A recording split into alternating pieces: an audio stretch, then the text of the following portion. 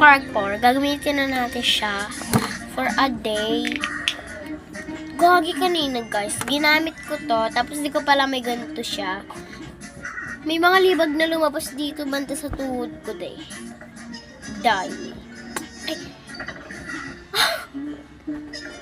Ay.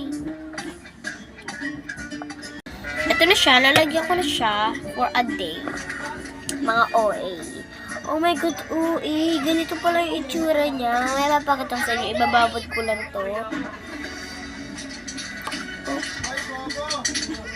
Sorry, OA.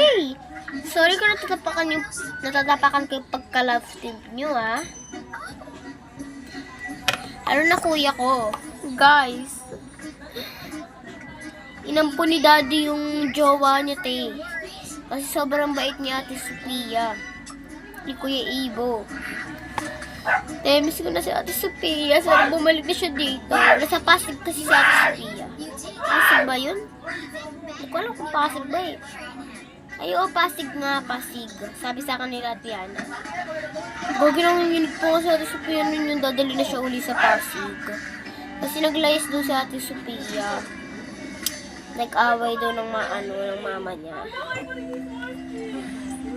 Si mama napakaingay. Kanina pa yan. Nagiinom kasi sila guys. Huwag natin ubusin. Kabila naman. Yung sa kamay ko guys, ang daming lumabas sa na libag. Tapos yung ano ko lang pala, yung yung tawag din, yung kilikili ko walang lumabas na libag. Mas maalaga ako sa kilikili ko. Lagi ko sinasabunan pati yung dito ko. Wala talaga kaming lahi na may libag. Pero tinatanggal niya lang talaga yung yung kaitiman ko, ate ko. Tinatanggal yung kaitiman ko.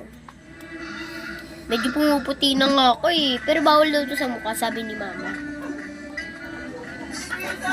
So, tapos na tayo dito sa first clip natin. Siguro magpa-farg 5 pa to. Katulad nung ginawa ko na naligo ako na nagbibidyo. Tapos nga natakpan yung dede ko. Yung chippy ko. Ko ba sa inyo?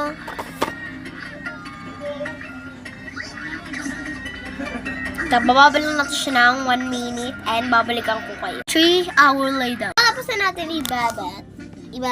Ganito yung itsura niya. Okay, pupunasan na natin siya. Park 5. Bye. Park 5 po.